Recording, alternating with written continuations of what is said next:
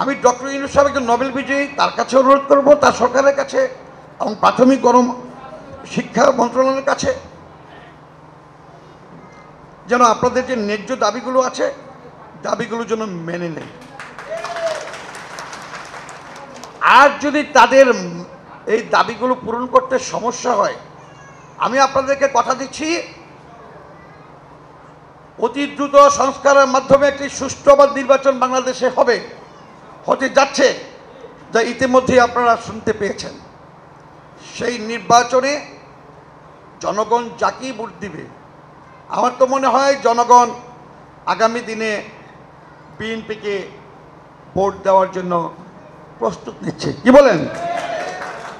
BNP যদি সরকার গঠন করে, জনগণের মতামত রায় পেয়ে যদি বিএনপি সরকারে আসে, তাহলে আমাদের সেই জাতীয়তাবাদী সরকারকে কাছে আমি অনুরোধ করব আপনাদের প্রাথমিক শিক্ষকের এবং শিক্ষা প্রতিষ্ঠানের যত দাবি আছে সব দাবি পূরণ করার জন্য।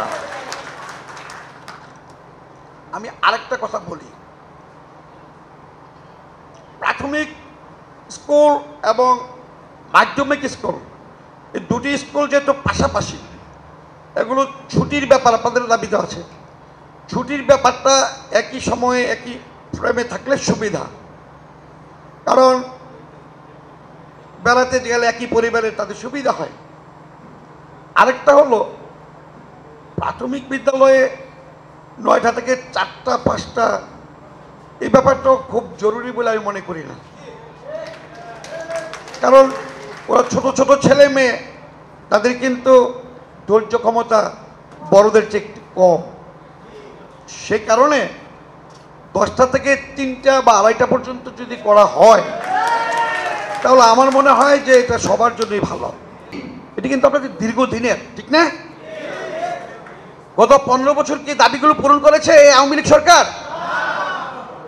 যে দাবিটি বেশিরভাগ সরকার করতে পারে নাই বা করে নাই, আমি জানি না ইন্টিরিয়াম গভর্নমেন্ট সেটা পারবে কি না।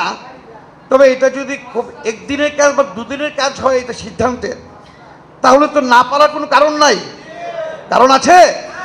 আপনাদের যে দাবিগুলো আছে, আপনার সহকারী শিক্ষকদের 10ম গ্রেড এবং প্রমোশন,